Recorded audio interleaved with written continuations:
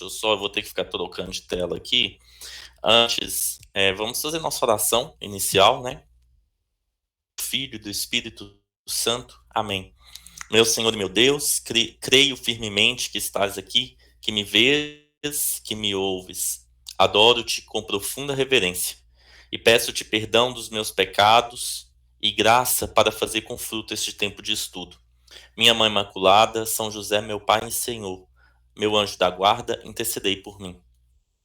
Teresa d'Ávila, rogai por nós. Então, pessoal, na última aula a gente falou, infelizmente eu não consegui, peço até desculpa, não consegui estar presente, como a gente está aqui hoje online, né? Eu acabei fazendo uma confusão aí com a minha agenda e eu ainda começaria a aula essa semana, mas enfim, consegui gravar um videozinho aí, espero que tenha sido esclarecedor e trouxe aqui o resumo, né, dessa primeira parte. Como disse, né, no vídeo, na última aula, esse capítulo ele vem começar a trazer para a gente um pouco sobre a questão da vocação do homem, né? Eu acho que é um capítulo que fala muito forte no coração, porque mexe com a nossa essência, com aquilo que nós fomos criados para ser, né? Eu acho que tem um livro que eu gosto muito, quem me conhece, eu falo sempre dele, que chama Grandeza de Coração. Ele vem trazer exatamente o grande ideal de vida do cristão. O homem que primeiro é criado à imagem de Deus, né, nesse primeiro artigo. Então, Cristo manifesta plenamente o homem a si mesmo e descobre-lhe a sua vocação sublime. E o homem dotado de uma alma espiritual, de inteligência e de vontade, a pessoa humana, é desde a sua concepção ordenada para Deus e destinada à eterna bem-aventurança. E continua a aperfeiçoar-se na busca do amor, da verdade e do bem.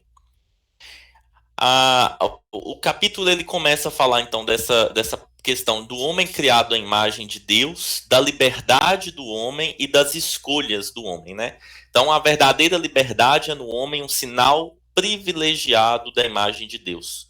O homem é obrigado a seguir a lei moral, é o que a gente vai falar muito hoje sobre essa questão da moral, que o impele a fazer o bem e evitar o mal. Essa lei ressoa na sua consciência. Na sua natureza pelo pecado original, está sujeito ao erro, inclinado para o mal no exercício da sua liberdade. Quem crê em Cristo possui uma vida nova no Espírito. A vida moral, crescida e amadurecida na graça, deve consumar-se na glória do céu. Da parte 2, onde nós falamos da nossa vocação à bem-aventurança. As bem-aventuranças retomam e aperfeiçoam as promessas de Deus desde Abraão, ordenando-as para o reino do céu. Então, quando a gente vê aquele, né, que Jesus sobe, a gente começa a falar para os discípulos sobre as bem-aventuranças, em Mateus 6, se eu não me engano, ele então começa a dar a gente o caminho, né? É como se o catecismo até coloca isso, né? Como se fosse algo com que nós possamos nos apegar nas tribulações, nas dificuldades, porque ele traz para nós uma esperança. Então ele corresponde, as bem-aventuranças correspondem ao nosso desejo de felicidade que Deus colocou no coração do homem. As bem-aventuranças também ensinam-nos qual o fim último a que Deus nos chama, o reino, a visão de Deus, a participação na natureza divina, a vida eterna, a filiação e o repouso em Deus. A bem-aventurança na vida eterna é um dom gratuito, a bem-aventurança da vida eterna é um bem gratuito de Deus e sobrenatural como graça que ela conduz. E as bem-aventuranças colocam-nos perante observações decisivas relativamente aos bens terrenos que purificam o nosso coração para nos ensinarem a amar a Deus sobre todas as coisas. A bem-aventurança do céu determina os critérios do discernimento no uso dos bens terrenos em conformidade com as leis de Deus. Então isso aqui é mesmo o resumo dos capítulos, tá? Isso aqui eu copiei, colei mesmo lá do Catecismo da Igreja Católica, sobre esses dois capítulos que nós falamos para a gente fazer, como vocês disseram, que assistiu a aula, eu não vou adentrar muito nele. E hoje a gente entra, então, nessa questão da liberdade do homem. Pessoal, eu gostaria, eu não estou conseguindo ver vocês, né, eu estou com a tela aberta aqui no PowerPoint, mas eu gostaria que vocês pudessem, se quiser, interromper a qualquer momento, colocar qualquer questão, né, contribuição sobre o tema, tirar alguma dúvida, pode ficar à vontade. É só abrir o microfone, eu vou perceber que tem alguém de microfone aberto e abro a fala para vocês, ok? Então, nesse artigo 3 que nós iniciamos hoje, que é a segunda aula, vai dizer, né, logo na sua introdução, bem assim: Deus criou o homem racional, conferindo-lhe a dignidade de pessoa dotada de iniciativa e do domínio dos seus próprios atos. Deus quis deixar o homem entregue à sua própria decisão, que procure por si mesmo e seu Criador, e aderindo livremente a ele, chegue a total e beatífica perfeição. Liberdade que Deus nos deu, né? Eu até coloquei no vídeo passado que a liberdade também é uma condição divina. Então Deus, quando nos cria a sua imagem e semelhança, ele não nos exclui desse dom, né? É até pela liberdade que Deus concedeu ao homem, que o homem escolhe, digamos assim, escolhe querer ser como Deus, e então entra o pecado original no mundo. E através do pecado original e Deus querendo, nós vamos falar um pouco sobre isso. Deus, então, na sua infinita bondade, querendo tornar-nos livres, né? Trazer a liberdade de filho de Deus, novamente envia seu Filho único e traz para nós, então, as remissões dos nossos pecados. Então, é isso que nós vamos olhar, com esse olhar que nós vamos tratar esse capítulo onde fala sobre a liberdade do homem, né? Deus, sendo nosso Criador, nos deu essa liberdade para que nós possamos querer ser como Ele, mas santos como Ele, né? Entanto que fala aí a sua total e beatífica perfeição. O catecismo ele começa a entrar, então, em alguns conceitos de liberdade, de discorrer um pouco sobre a liberdade em relação à responsabilidade do homem. O catecismo, ele coloca que a liberdade é o poder radicado na razão e na vontade de agir ou não agir, de fazer isto ou aquilo, de alcançar a sua perfeição quando está ordenada para Deus. Vou pegar aqui uma parte que eu não coloquei no PowerPoint, para não ficar muito texto, mas ele coloca assim: o homem, quando através do livre-arbítrio, ele dispõe sobre as decisões, até mesmo sobre si mesmo, né? Entender um pouco mais na frente o que digamos assim, ilumina as nossas decisões. Então, se o homem ele é livre para escolher, quais consequências existem sobre a escolha do homem, tá? Liberdade torna o homem responsável pelos seus atos na medida em que são voluntários. Progresso na virtude, o conhecimento do bem e o crescimento espiritual, vou usar essa palavra, né, porque fala ascese, né, o crescimento espiritual aumenta o domínio da vontade sobre os próprios atos. Se eu não me engano, pessoal, eu até tentei pesquisar um pouco sobre isso, mas na correria que eu não consegui ainda achar, eu quero até trazer isso para vocês. Houve uma pequena alteração no catecismo da Igreja Católica recentemente, quando fala sobre a liberdade sobre os atos, né? Eu não sei se vocês têm conhecimento disso, mas principalmente quando se trata em relação ao extermínio, né? Ao suicídio. Então, a igreja ela fez uma análise sobre essa liberdade e essa responsabilidade, até em cima disso, né? Com a liberdade é que torna o homem responsável pelos seus atos, e aí ele coloca assim: aumenta o domínio da vontade, desculpa, a liberdade torna o homem responsável pelos seus atos à medida em que são voluntários. Então, assim, a igreja faz uma análise sobre o autoextermínio, sobre ser um pecado que leva direto para o inferno ou não, ele olha no, na questão da decisão, né, de como a pessoa está condicionada àquilo. Se uma análise, um estudo feito em cima de se a pessoa que, por exemplo, tenta o autoextermínio, ela tem essa liberdade voluntária, né, de falar assim, não, eu tô decidindo tirar a minha vida, não por uma dor, não por algo, nós vamos até falar um pouco mais sobre isso, mas por algo que permeia a decisão e às vezes a força a fazer aquilo, né? Não diminuindo o pecado. Eu quero trazer isso de uma forma mais concreta para vocês, mas eu li algo que existe, né? Alguma alteração até mesmo em relação a isso. E aí também já chegaram a falar sobre algo em relação a isso nas aulas anteriores, mas quando fala sobre essa liberdade do homem, ela tem algumas análises, a gente vai falar também sobre isso, do que é lícito, o que não é, do que é moral, o que não é, né? Então, em cima disso que gerou até mesmo alguns questionamentos dessa alteração que houve aí em cima dessa análise de ser pecado ou não o autoextermínio, né? Ou não o autoextermínio. E aí é onde fala que a imputabilidade e responsabilidade de uma ação elas podem ser diminuídas ou até anuladas pela ignorância, a inadvertência, a violência, o medo, os hábitos, as afeições desordenadas e outros fatores psíquicos ou sociais. Então, entra aqui, né? Quando fala da redução da, digamos assim, se a gente for pegar para as leis da Terra, uma redução de pena, ela tem algumas questões que trazem isso, né? Eu não sei se tem alguém do direito aí, mas, por exemplo, é, roubo, né? Algo.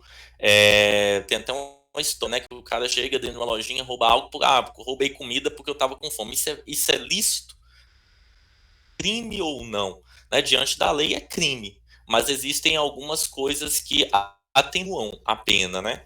É, aqui o catecismo ela coloca também isso, que existe sim uma responsabilização das ações, mas elas podem ser diminuídas ou até mesmo anuladas, se houver a ignorância, né? A pessoa não teve conhecimento.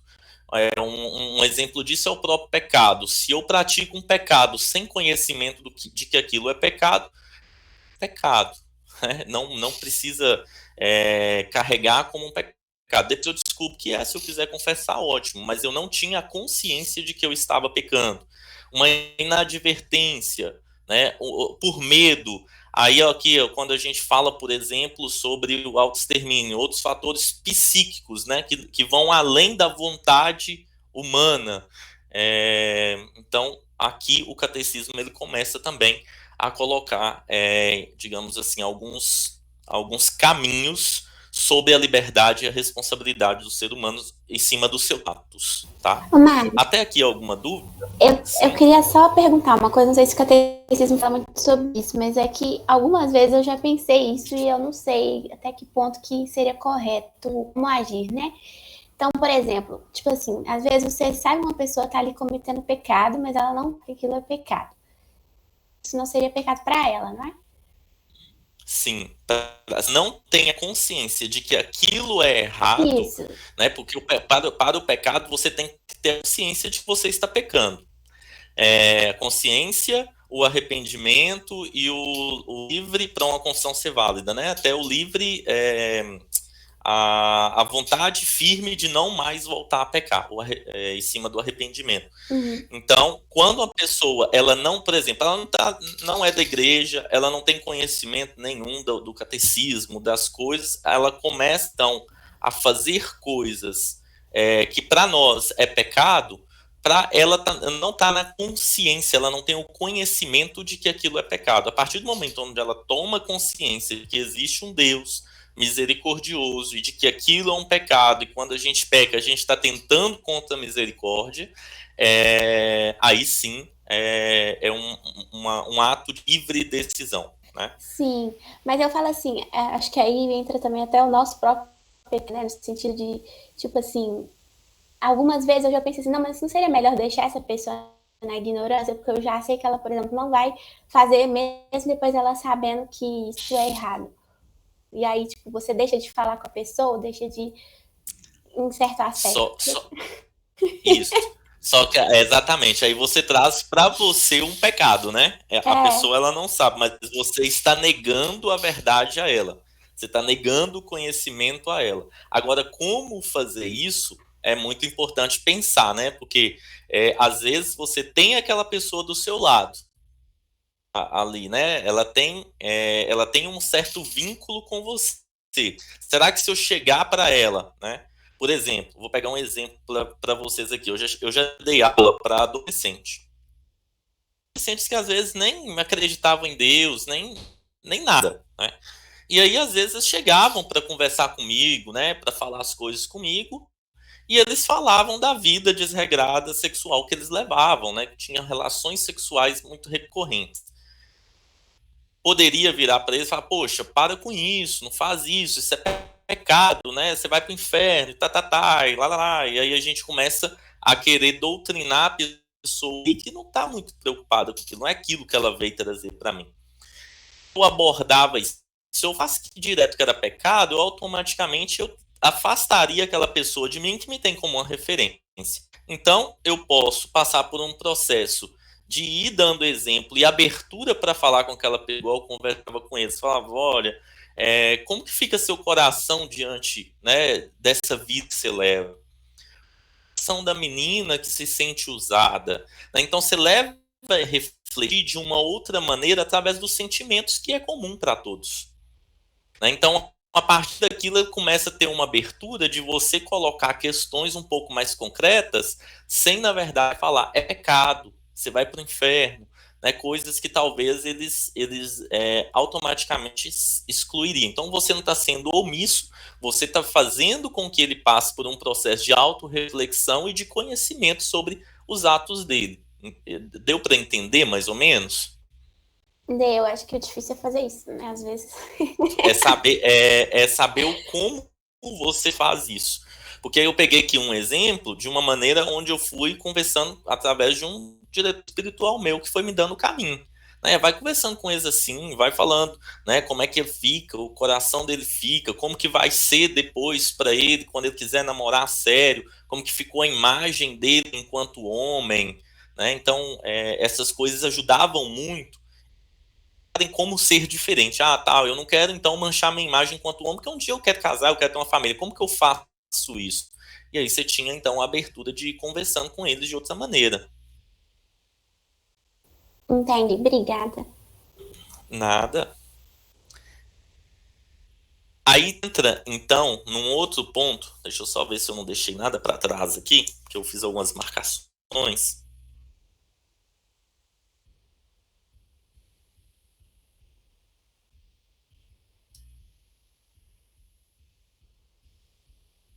Beleza. Não, falei tudo aqui. Aí tem um outro ponto que é a questão do direito ao exercício da liberdade. Ele é uma exigência inseparável da dignidade da pessoa humana. Se você, por exemplo, tira do homem, do ser humano, o seu direito à escolha, você tira dele algo que é essencial na vida, né? E isso em questões tanto morais quanto religiosas.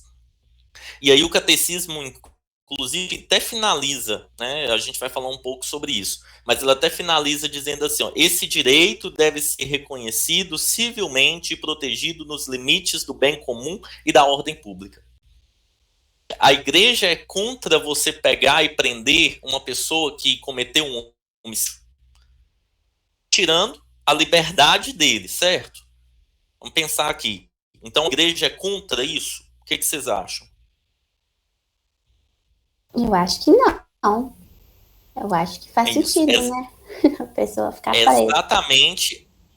Exatamente por causa desse finalzinho que o catecismo coloca. Este direito deve ser reconhecido civilmente e protegido nos limites e da ordem pública. Ou seja, se tem uma pessoa que causa causa um grande dano à sociedade, aquela pessoa ela ser isolada, digamos assim, é claro que pode ter outras maneiras? Pode, mas no que está aqui, no que tange o catecismo da Igreja Católica, não quer dizer que a Igreja é contra isso.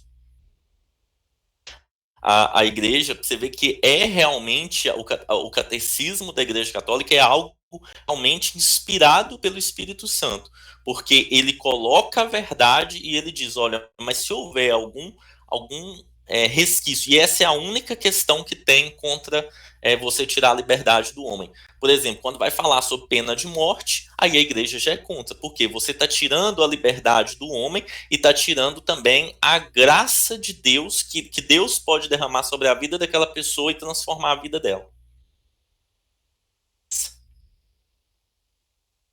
E tem alguma posição sobre prisão perpétua ou não? Tipo assim, prisão para sempre. Olha, isso eu não vou saber te falar. Você fala se a igreja tem alguma posição sobre isso? Que nem tipo assim, é contra a pena de morte. Ela é contra a prisão para sempre, tipo, prisão. Posso pegar essa dúvida sua e trazer o que a igreja diz sobre isso, tá? Tentar fundamentar, e talvez tenha algum documento do Papa, mas assim, mais uma vez, né? Diante desse finalzinho aqui, se aquela pessoa ela causa um dano à sociedade, eu não sei se ela seria contra isso, até porque eu não sei se existiria digamos assim, uma tranquilidade em aprovar essas leis que já muitos países, né, isso já é mais antigo. Hoje tá fácil aprovar qualquer lei que vai contra a moral, né, assim, mas essas leis mais antigas em outros países, mas é uma boa questão, tá bom? Quem fez essa pergunta? Porque eu não tô conseguindo É olhar Natália. a tela. Natália, vou dar uma pesquisada e aí trago essa resposta para você Tá bom, na próxima, obrigada. tá? Um outro ponto que agora a gente entra aí é na liberdade humana na economia, sobre a liberdade humana na economia da salvação.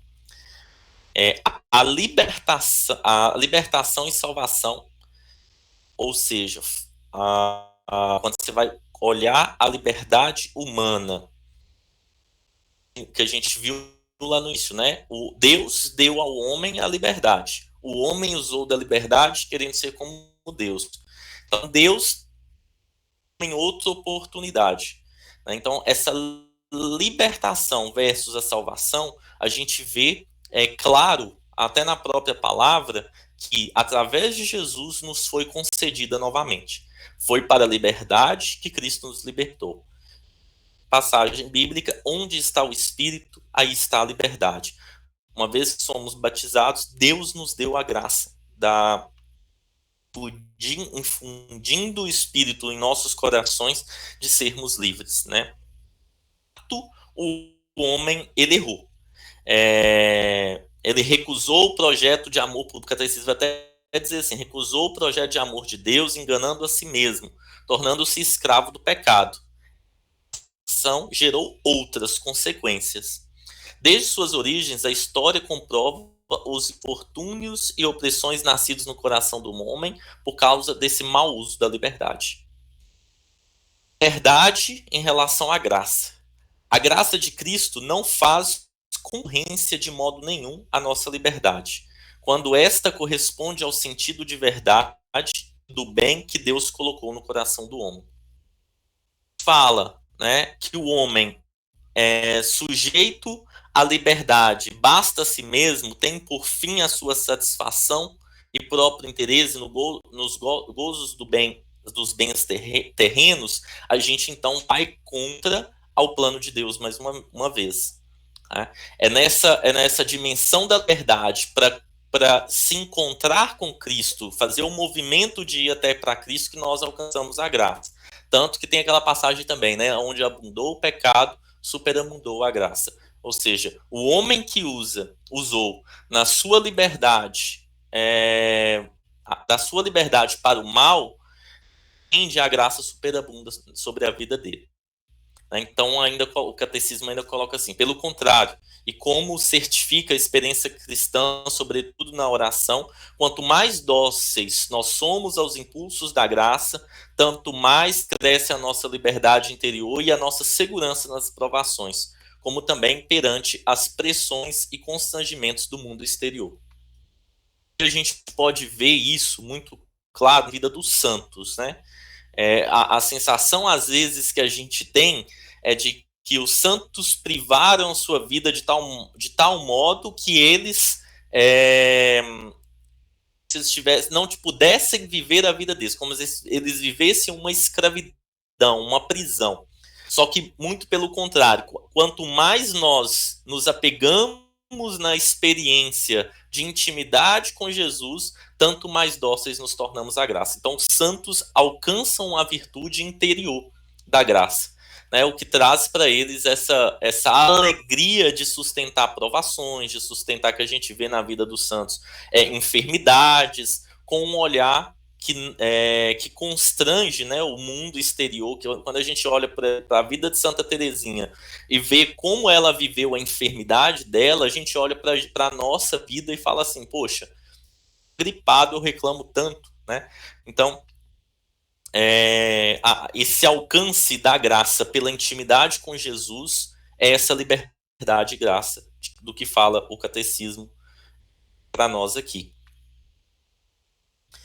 E aí a gente entra então no segundo artigo da aula de hoje, que vai falar sobre a moralidade dos atos humanos. A liberdade faz do homem um sujeito moral. Quando age de maneira deliberada, o homem é, por assim dizer, o pai dos seus atos. Os atos humanos, quer dizer, livremente escolhidos em consequência de um juízo de consciência, são moralmente qualificáveis, são bons ou maus. Não existe meio termo. A Igreja Católica até coloca, tá, em muito claro, que os fins aqui não justificam os meios, e a gente vai entender o porquê. Então, existe a fonte da moralidade. O objeto, a intenção e as circunstâncias são essas fontes, ou elementos constitutivos da moralidade nos atos humanos. Então, nós vamos entender aqui agora, então, o que o catecismo coloca como objeto e como a circunstância. O objeto escolhido é um bem para o qual a vontade tende deliberadamente. De um ato humano. O objeto escolhido especifica moralmente o ato da vontade, na medida em que a razão o reconhece e o julga conforme ou não o verdadeiro bem. As objetivas da moralidade enunciam a ordem racional do bem e do mal, atestada pela consciência. Então vamos pegar um exemplo. Um objeto escolhido para a nossa liberdade. Eu posso fazer a caridade. A caridade aqui seria o objeto. Aí eu tenho para ver se de acordo com a moralidade, se isso está de acordo com a moralidade, eu não posso olhar apenas o objeto. O meu desejo de fazer a caridade. O desejo de fazer a caridade é bom ou é ruim? Depende da intenção, depende da circunstância. Essa é a ideia que a gente precisa analisar, tá? Por exemplo, se eu pego a caridade apenas para fazer o bem, apenas para dispor, né, dos meus, digamos assim, das minhas vontades, ok, é algo bom. Eu tenho uma reta intenção. Agora, se eu pego, por exemplo, a caridade, ela pode não ser moral quando eu faço isso simplesmente para aparecer para outras pessoas. Do objeto, quando você olha o fim visado, a intenção com qual é feito. Como se a coisa em si ela não tivesse um valor, né? Tipo assim, de bem ou mal. Vai depender de como você vai usar aquilo. Tipo assim, pode ter um martelo, você pode construir uma casa, ou então bater na cabeça da pessoa. Exatamente. Não.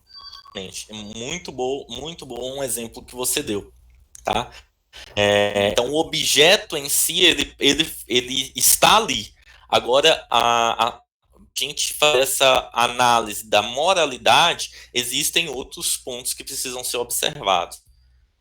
Então, em face ao objeto, nós temos então a intenção ou fim visado. Em face ao objeto, a intenção coloca-se de lado do sujeito que age, porque está na fonte voluntária da ação e a determina para fim em vista, e a intenção é um elemento essencial na qualificação da ação. Uma mesma ação pode também ser inspirada por várias intenções, como, por exemplo, prestar um serviço para obter um favor ou para satisfazer a vaidade. Tá? Como que o prestar o serviço é o objeto. Agora, para satisfazer a minha vaidade ou então para obter um valor é a intenção com que eu faço. E isso é consciente. Tá?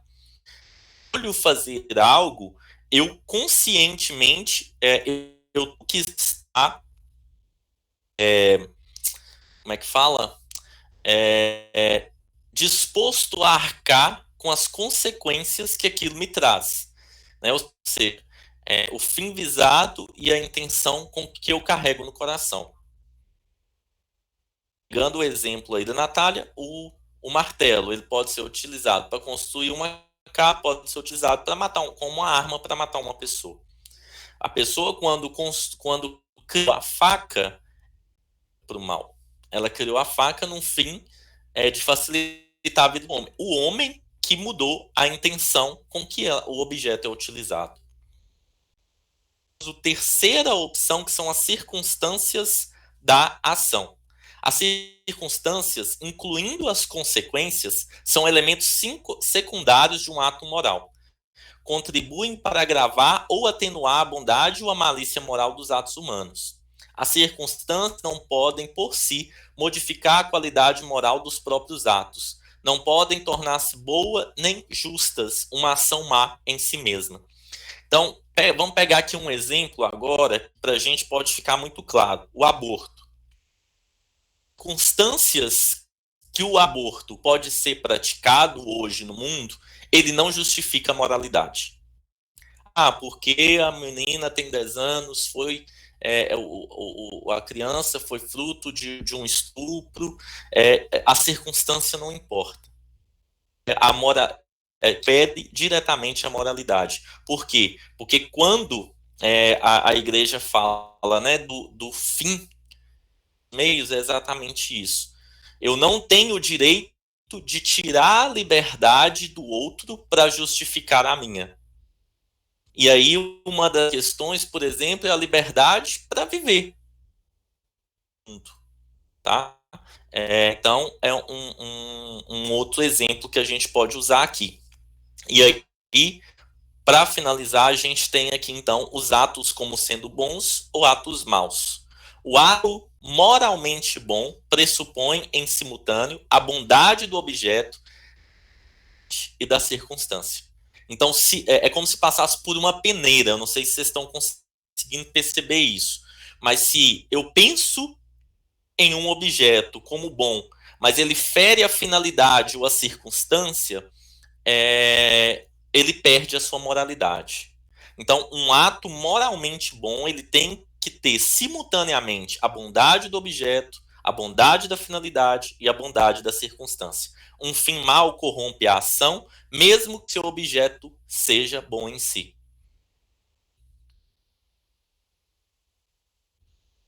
Ok. Porque eu não sei se à medida que eu vou explicando, vocês vão entendendo, porque é um pouco confuso, tá? Dependendo de como que se fugir um pouquinho aí do assunto, né? A atenção de vocês, quando eu digo, principalmente quando está online. Vamos lá. Agora a gente entra, então, como o objeto da escolha pode, por si só, viciar todo modo de agir. É errado julgar a moralidade dos atos humanos considerando só a intenção e as circunstâncias. Frase: os fins justificam os meios. Ou seja, eu posso fazer algo mal para alcançar algo bom. Vocês estão entendendo? Então, ele por si só, ele pode viciar todo modo de agir. Só a intenção e a circunstância, dois forem bons e o objeto da escolha for ruim, ele já não é moralmente bom. que por si e em si mesmo, independente das circunstâncias e intenções, são sempre gravemente ilícitos em razão do seu objeto. Por exemplo, a blasfêmia ou jurar falso. Eu posso jurar. Vamos pegar a mentira. Eu vou mentir para evitar um mal maior. A mentira, ela já não já torna o ato moralmente ruim. Torna o ato moralmente ruim. Porque, mesmo que eu evitei um mal maior, eu acabei, digamos assim, vamos pegar no nossa linguagem, eu acabei pecando. Não foi algo moralmente feriu. Eu poderia ter escolhido pela verdade, eu poderia ter escolhido em não mentir e ter trabalhado talvez os outros, né? A finalidade e a circunstância ou o que aquilo ia gerar, mas ter agido como a gente está vendo o moralmente bom aqui, tá? Por exemplo, o homicídio, o adultério, não é permitido fazer o mal para que dele resulte um bem. Isso está no catecismo, tá? Esses trechos que eu peguei estão todos no catecismo.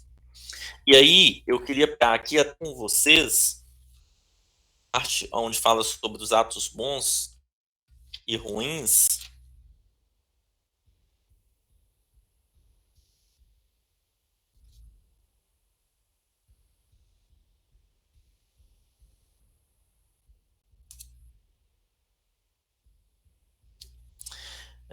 Aqui. Não justifica os meios. Assim não se pode justificar a condenação de um inocente como meio legítimo de salvar o povo. Por sua vez, acrescentada uma intenção má, em si bom, torna-se mal. Contribuem para agravar ou diminuir a bondade ou a maldade moral dos atos humanos. Por exemplo, o montante de um furto. Podemos também atenuar ou aumentar a responsabilidade do agente, agir, por exemplo, por temor da morte. Imagina que uma pessoa me obriga a fazer algo como um caça, né? Então, o meu ato pode não ter sido moralmente bom, mas a circunstância em que aconteceu, ele vai atenuar, né? Então, essa análise, esse filtro, essa peneira, ela é necessária quando a gente olha essa análise da moral. E aí, pessoal, estão entendendo que eu até falei na aula passada que eu queria tentar dar uma organizada melhor nas ideias. Por quê? Porque lá no início, nos 2 primeiros capítulos que eu fiz o vídeo, já falava sobre esses atos moralmente bons, atos ruins, a moralidade das intenções. Né? Então agora a gente começa então a entender o que aquele artigo 1 e 2 queria dizer quando trazia essa ideia. Tá? Então a gente percebe até mesmo aqui que os estudos sobre moral eles meio que, eu não sei se vocês percebem isso, mas nos estudos que eu tive, quando a gente vai lá na escola ou na faculdade estudar sobre moral e ética, eles perderam um pouco seus fundamentos. Né? E quando a gente vem para dentro do catecismo, o catecismo dá a gente uma aula do que é a moral. Pode ser ético em determinada situação mentir. Vocês entendem a diferença? Então é muito interessante quando a gente começa a estudar o catecismo que a gente começa a ter base teológica, a gente começa a ter base de doutrina e a gente começa a ter base filosófica também. Ô, Até Marta, aqui, oi. agora é aquela questão da legítima defesa, tipo assim, a pessoa que mata a outra para se defender, por exemplo, um assalto, sei lá, alguma coisa assim. Exatamente. O catecismo ele vai falar sobre isso. Né? Ele tem uma parte onde ele fala exatamente sobre essa questão da legítima defesa. O ato em si, ele é mau. A circunstância que o condicionou e a finalidade, ele atenua o objeto. Eu tinha a minha vida, eu tinha, a ideia é mais ou menos assim, bem no português cru, ou eu matava ou eu morria. Se a gente fazer meio que uma reflexão, que eu está falando asneira, tá? Mas se a gente faz uma reflexão sobre aquele finalzinho assim, né? Onde eu coloquei para vocês até que fala assim, esse direito à liberdade, o outro escolheu tentar me matar. Escolhi agir por legítima defesa. Então, o direito à minha liberdade, o outro está ferindo o meu direito à liberdade, o direito à vida. Então, esse direito, ele deve ser protegido apenas nos limites do bem comum e da ordem pública. Causar um mal. E aí eu ajo a análise do objeto, né? Matar, né? Eu estou tentando agir por legítima defesa. E aí a circunstância, a análise da circunstância, olha, tem outro tentando me matar. E a análise da finalidade, porque eu matei, atenua digamos assim, a culpa, né? Em cima disso. Inclusive, eu posso até pesquisar, porque quando a gente vai entrando, a gente vai conversando, tem até que ver se, por exemplo, agir por legítima defesa, tirar a vida do outro em legítima defesa, seria um pecado, né, nessas condições. Entendi. Pro ato ser bom, ele tem que cumprir essas três coisas, mas, tipo assim, pra ele ser mal, ele também teria que cumprir, não essas três coisas. Não necessariamente. O ato, por exemplo, o objeto, ele pode ser bom. Lembra do próprio exemplo que você deu, né? O objeto lá, o martelo, foi criado para algo bom. Só que alguém vai e usa para matar outra pessoa. A finalidade com que a pessoa usou o objeto é que o tornou ruim. Então, existe apenas os três bons. Se um se tornou ruim, a moralidade já não existe ali. Ah, tá. Entendi agora. Obrigada. Alguém mais tem alguma dúvida?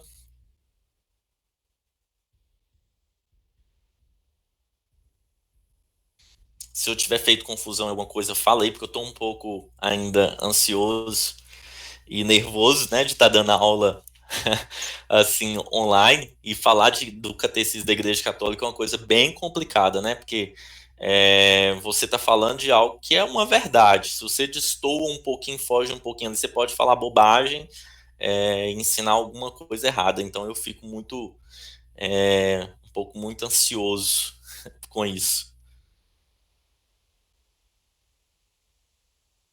Ah, tá tranquilo. Pode relaxar aí, acho que você falou tudo certo. E os demais, Gabriela, Odaí, Ana Flávia, Vitor?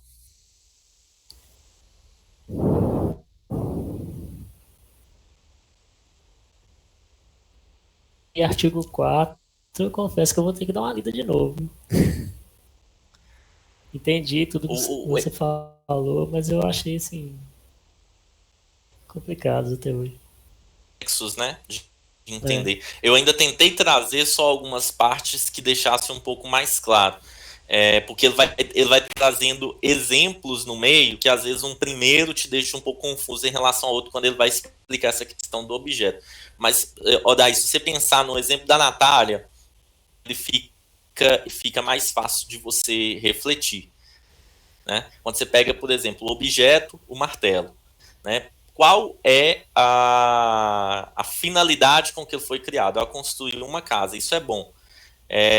E a circunstância, né? A pessoa pegou o martelo, começou a construir uma casa para poder se casar. Olha aí, a moralidade dele é boa.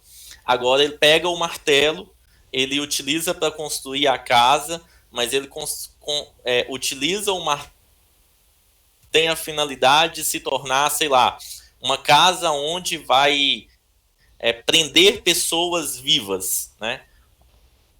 Ele teve o objeto como sendo algo bom, a construção da casa, né? A finalidade como algo bom, mas ele, em algum momento, ele destoou da moral ali, nessa finalidade. Entendi, eu acho que a chave mesmo analisar os 3 pontos, né? Junto. Exato, isso. Aí se o cara já pega o objeto, já para matar uma pessoa, ele já, na finalidade, ele já cai direto. Certo. Agora a gente pega a finalidade ligada à circunstância, né? O martelo que foi construído para construir a casa, mas ele teve que ser utilizado para matar uma pessoa. Em qual circunstância? Em legítima defesa. Então, a gente já entra na parte, isso aí é moral, né? Eu estou agindo em minha legítima defesa. E é isso que eu quero até trazer aqui, eu anotei, além da dúvida aí da Natália, eu quero fazer uma pesquisa, talvez ver um padre aí, até para perguntar quando a gente age em legítima defesa e acontece, sei lá, de matar uma pessoa, se isso é um pecado, né? É um pecado grave, ou se apenas é um pecado que precisa ser confessado, ou é um pecado mortal, né? Eu acho que o pecado mortal, ele não é. Se é um pecado que precisa ser confessado, por exemplo, é uma coisa interessante da gente descobrir, né? Porque o ato em si é ruim, né? Aí não tem os 3 itens, né? Aí, tipo, nesse caso aí, o Sim. objeto em si. Se tipo, Pode não ter sido. Aí a análise talvez seja essa, né? Pode não ter sido moral, mas a circunstância justificou o ato, entendeu? Nessa parte aí, Mike, eu já li uma parte que fala que, em alguns casos, é até obrigação. Por exemplo, Sim, força de segurança, né? né? Está protegendo sua família, um bebê, alguma coisa. Tem circunstâncias que, inclusive, é obrigação você agir em legítima defesa. Exemplo também é se tem, por exemplo, tem uma criança presa dentro de um carro, né? Eu pego e quebro o vidro, aquilo ali poderia ser considerado um furto, mas tem uma criança, eu estou pegando para salvar a vida da criança, né? Então, o ato em si ele pode ter sido ruim, mas a circunstância e a finalidade justificaram o ato.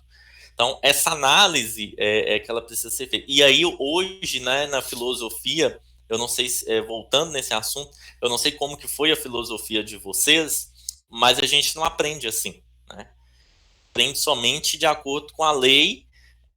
E olha como é que é interessante, né? As leis elas foram criadas em cima dessa base de moral, mudando, criando brechas depois, né?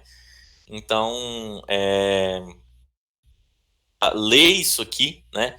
Até diante da dignidade do homem, aquilo que fere a minha dignidade enquanto ser humano, que fere a minha liberdade, se tornar um problema. E na filosofia que eu, pelo menos, estudei, é algo um pouco bem diferente disso, sabe? Ô, Mike, mas nesse exemplo que você deu da criança, isso aí não seria o fim justificando os meios? Mas Porque de um caso ato o bom. ato Quando o ato é ruim, o ato é ruim, o. Tá, vamos lá. Fim ficou. e a circunstância eram bons. O ato foi ruim. Então, injustificou o meio. Mas quando é algo ruim, os fins não justificam os meios. Ah, tá. Tá? Então só justifica os Ele meios até. se for algo bom, né? Isso. O Entendi. fim justificando os meios, o objeto, por exemplo. É bem confuso, tá? Até a hora que vocês fazem algumas perguntas assim, tem que parar um pouco e pensar na linha de raciocínio do que tá falando, sabe? Ah, mas deu para entender. Obrigada. E na próxima aula vai continuar algumas coisas sobre isso, aí acho que ficam também um pouco mais claro, tá? Eu não quero entrar agora, porque senão a gente. Aí que vai começar a falar da moralidade das paixões, do nossa vontade, né? E entra um outro aspecto também que precisa ser analisado.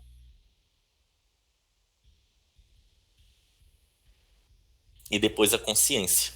Às vezes, Mike, tipo assim, igual esse exemplo da Natália, né? Que quebrou o vidro, ou você que citou. Tipo assim, você só vê essa cena, você quebrando o vidro, não é legal, né? Mas depois você vai ver Uhum. por quê, entendeu? Às vezes você precisou fazer aquilo, né?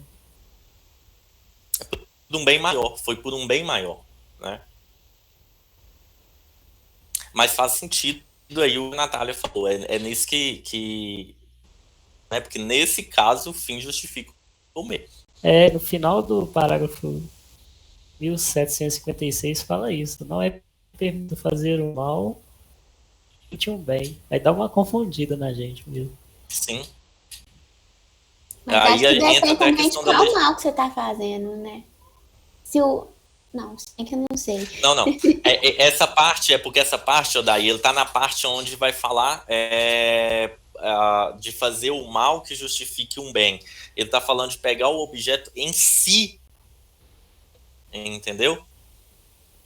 Até o exemplo que o próprio catecismo coloca, né? Deixa eu pegar aqui. Está no 1000, pega... Tá, você leu aonde aí?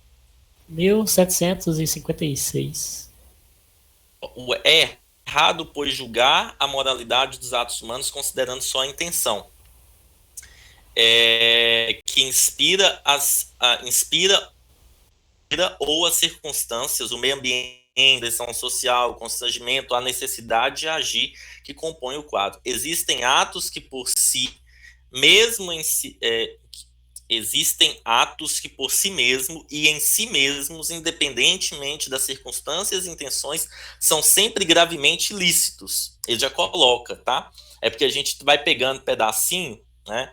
E acaba que a gente começa a confundir um tema com o outro. Mas sempre serão gravemente ilícitos em virtude do seu objeto, uma blasfêmia, um perjúrio, um homicídio ou um adultério. Permitido praticar um mal que dele para que dele resulte um bem. Nesse caso, está ferindo a liberdade. Por exemplo, vamos pegar aí novamente a questão da criança dentro do carro ali, precisa ser resgatada, senão vai morrer asfixiada. Meu ato em si, né, de quebrar o vidro pode não ser algo bom. O ato de ser algo, a circunstância de uma criança quase morrendo, e a finalidade de salvar aquela criança, aí sim, o mesmo objeto não sendo bom, é algo que deve ser feito, digamos Eu assim. acho que nesse caso o objeto chega a ser bom também, porque, bom, você tá fazendo isso para salvar a criança, então, teoricamente, não é uma ação mais... A intenção, né? Tipo, tem a Que aí entra intenção que é salvar a pessoa, circunstância, a pessoa tá lá, você tem que salvar ela, quebrar o vidro do carro. Mas nesse caso o objeto não é ruim, entendeu? Acho que aí mais o que nesse está sentido. falando é que você, por exemplo, pelo que dá para entender, né, que você não pode utilizar isso para ficar infringindo leis, né? Eu vou roubar porque eu tô com fome. Ou, poxa, não tem outro caminho? Eu não posso pedir?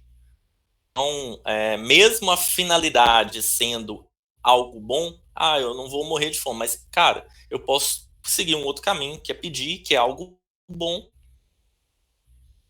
Tá?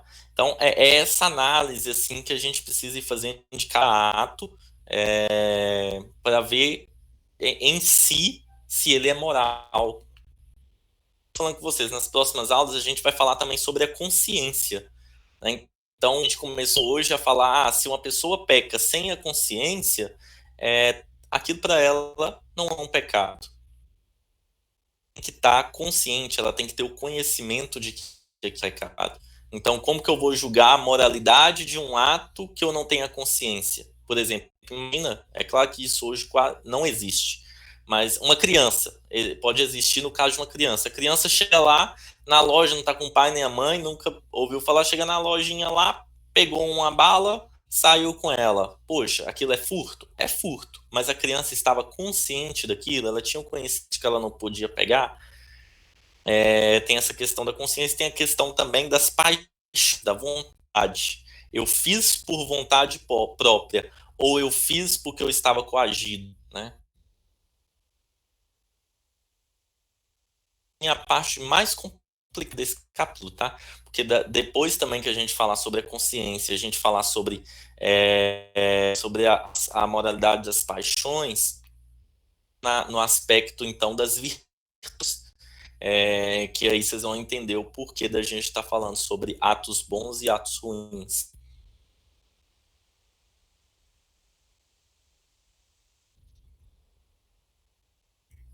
Mais alguma dúvida? Eu queria sugerir, talvez, então, para a gente, na próxima aula, esse artigo 4, ele tem 2 páginas só.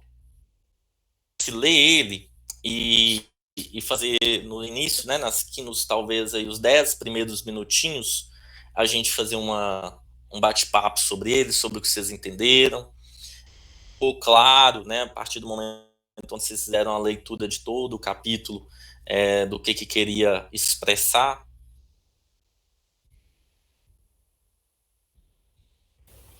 Eu acho que é uma boa ideia. Muito bom. Fechou, então. Pessoal, então é isso. Vamos só finalizar com a nossa oração.